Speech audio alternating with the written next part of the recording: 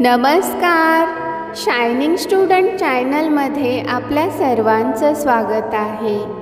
आज आपण पाहणार आहोत भारतीय स्वातंत्र्य चळवळीचे जनक, थोर स्वातंत्र्यवीर, क्रांतिकारी देशभक्त लोकमान्य टिळक या विषयावर सुंदर मराठी भाषण।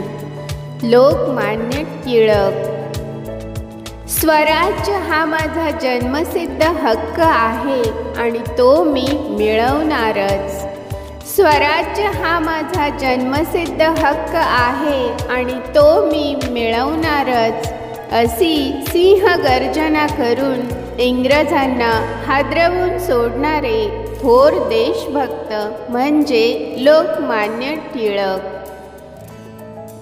सन्माननीय व्यासपीठ, वंदनीय गुरुजन वर्ग आणि माझ्या मित्रमैत्रिणींनो, सर्वांना माझा नमस्कार। आज मी आपल्यासमोर भारतीय स्वातंत्र्य लढ्यातील स्वातंत्र्य सेनानी, राजकारणी, लेखक लोकमान्य टिळक यांची यशोगाथा सांगण्यास उभी आहे। लोकमान्य टिळक यांचा जन्म 23 जुलै 1856 रोजी रत्नागिरीमधील चिखलगाव येथे झाला। त्यांचे पूर्ण नाव बाळ केशव गंगाधर टिळक असे होते। त्यांच्या वडिलांचे नाव गंगाधर व आईचे नाव पार्वतीबाई होते। लोकमान्य टिळक लहानपणापासूनच कुशाग्र बुद्धीचे होते। आत्मविश्वास आणि निर्भीडपणा हे त्यांचे गुण होते।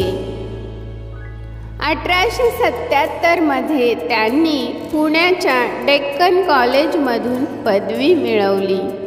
त्यांनी केसरी व मराठा ही वृत्तपत्रे सुरू केली। त्यांनी शेतकऱ्यांना एकत्र येण्याचे आवाहन केले।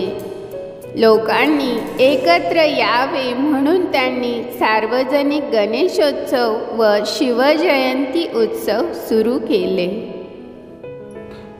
इंग्रज सरकारविरुद्ध आवाज उठवल्यामुळे त्यांना अनेकदा तुरुंगवास भोगावा लागला।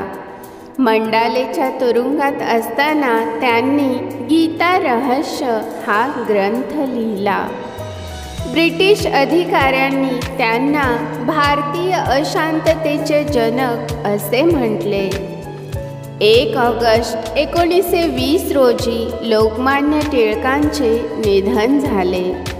भारतीय जनतेला स्वातंत्र्याचा मार्ग दाखविणारा दीपस्तंभ मावळला। अशा थोर नेत्यास माझे कोटी कोटी प्रणाम, कोटी कोटी प्रणाम।